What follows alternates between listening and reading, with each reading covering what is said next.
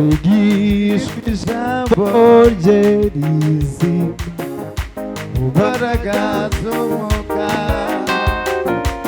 cyo dukomeze dugerageza turwane intambara twizeye twihanganire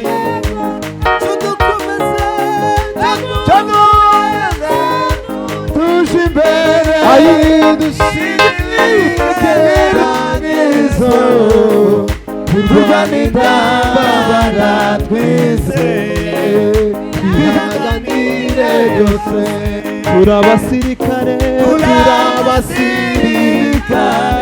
benshi twogejwe mu maraso umwami wacu Yesu Kristo ni nawe muyobozi turabasirikare benshi twogejwe mu maraso umwami wacu Yesu Kristo ni nawe muyobozi kubw'imbaraga ze dufite tuzabaho dukomeze dushime dufatikanye twese kubw'imbaraga ze dufite tuzabaho turwanira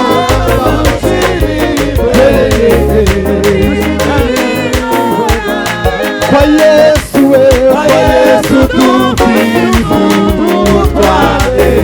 dufite ubushobozi iyo twizeye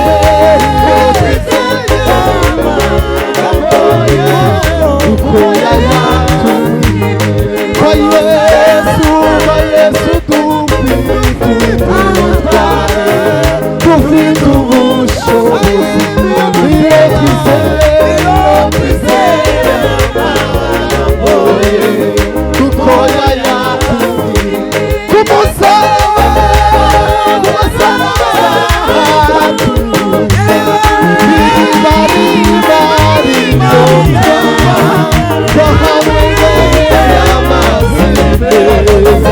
amazi y'ubururu ku musaraba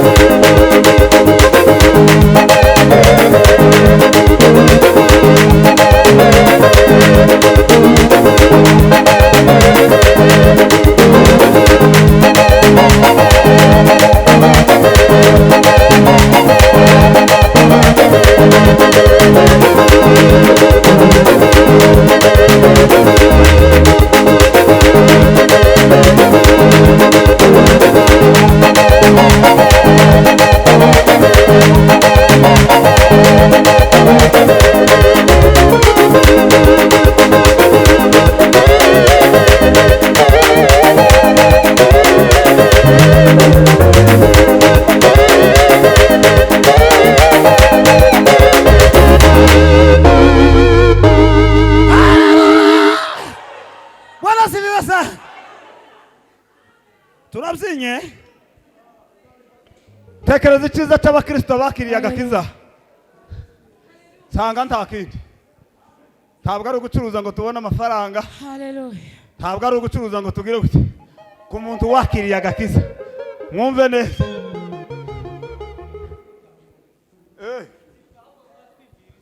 dukoresha inima abandi bumva nibo cyane dushaka kubwira ibyo mufite ubwo dufite uyu musaraba tukabwira abandi banyamahanga nico cyiza tuzamurira Imana icyubahiro tumutukuze haleluya nasanze nta kindi kintu abantu bakijijwe bakora. Anasema kwamba ambao wameokoka hakuna kitu kingine wanastahili kufanya usibye kuririmbira Imana no kubyinira Imana isipokuwa kumwimbia Bwana na kumchezea.